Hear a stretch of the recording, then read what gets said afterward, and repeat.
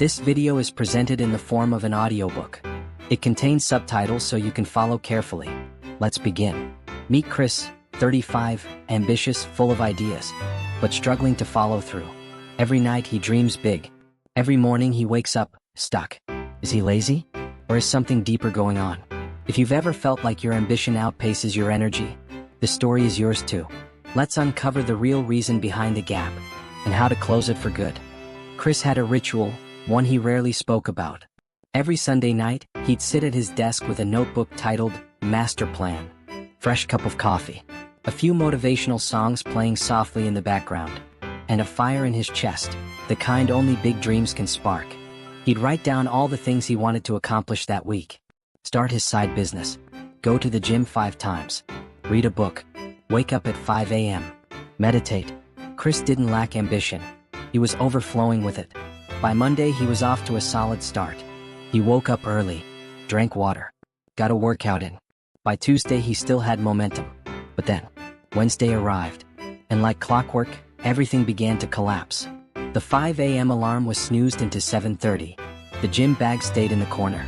The to-do list became overwhelming, too many tasks, too little progress. Chris didn't quit, not exactly. Instead, he numbed himself with YouTube videos about how to be productive. He watched other people win while feeling more like a spectator in his own life. He wasn't lazy. He was frozen. You see, when you're deeply ambitious, your goals excite the mind, but they can also scare the nervous system. Chris's mind would dream in skyscrapers, but his body was stuck on the ground floor. He tried to climb too fast, and by midweek he was burned out by the sheer weight of his own expectations. At night, as he lay in bed scrolling through success stories, a voice whispered in his head, "Why do you keep doing this to yourself?" He knew he was capable of more. But the gap between what he wanted and what he could manage felt paralyzing. And every time he failed to live up to the weekly master plan, he felt smaller, more ashamed, more unsure if he'd ever be the man he pictured in those Sunday night dreams. Here's the thing most people, including Chris, don't understand. Ambition without execution is just mental clutter. And execution without structure? That's a recipe for guilt and exhaustion. Ambitious people often fall into the all-or-nothing trap. They believe if they don't do it perfectly, it's not worth doing at all. They aim for the moon but forget to build the rocket. Chris didn't need more motivation. He didn't need another YouTube guru telling him to hustle harder. What he needed was a system, something sustainable, grounded, human.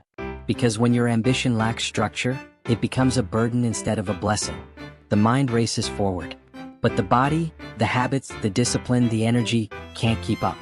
So Chris remained stuck in a loop. Dream, plan, crash, repeat. Until he finally asked himself a different question. Not, how do I do more? But rather, why do I keep falling into the same trap? And that, dear listener, is where the real change began.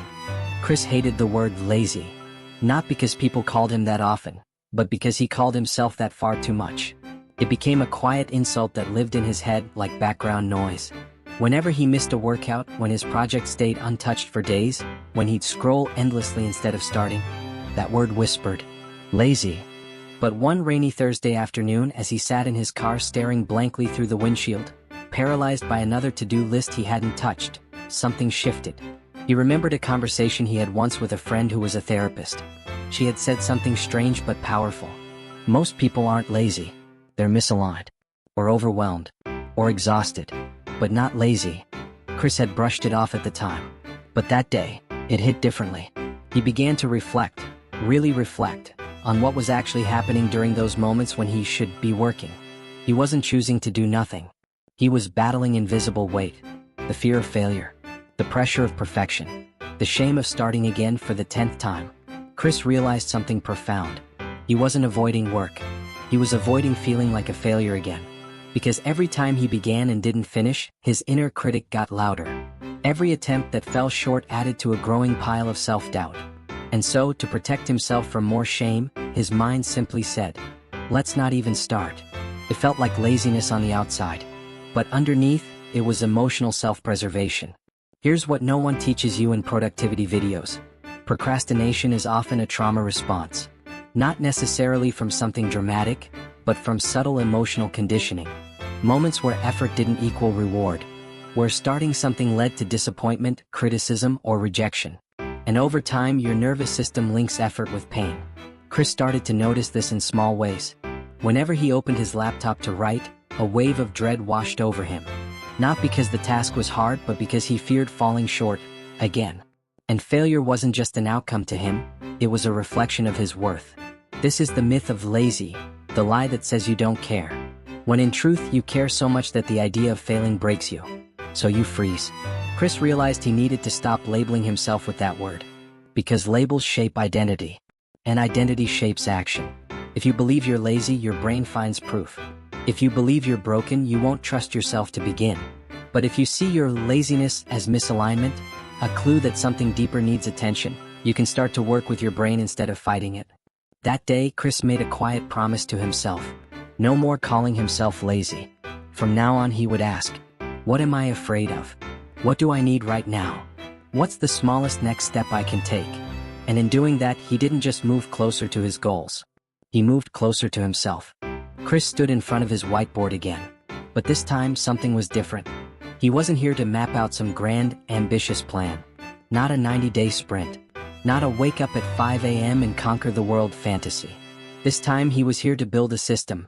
One that honored how he worked, not how productivity gurus said he should work. He started with a hard truth. Discipline without design is a trap. For years, Chris relied on sheer willpower to drag himself toward big dreams.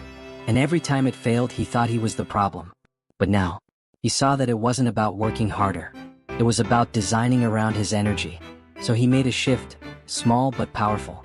He started tracking when he naturally had the most focus. He noticed his brain was sharper between 9 and 11 a.m. So he protected that window like gold. That became his deep work time, just 90 minutes a day. Next, he noticed when he usually crashed, around 2 p.m. Instead of forcing more tasks then, he scheduled light work.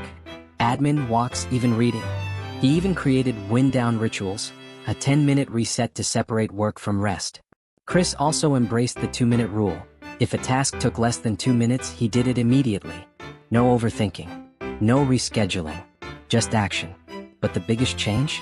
He stopped expecting motivation to do the heavy lifting. Instead of waiting to feel like it, he built triggers. A playlist that signaled it was time to write.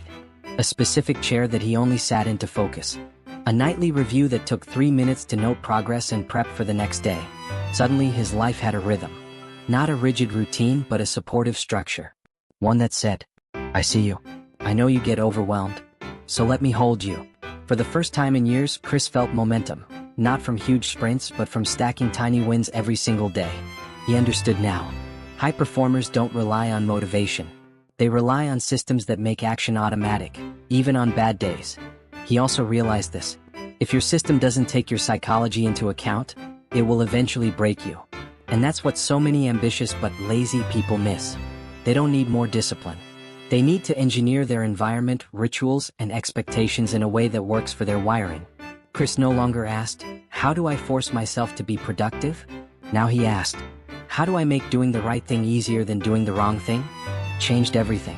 If you've ever felt like Chris, caught between ambition and exhaustion, you're not alone. You're not broken. You're not lazy.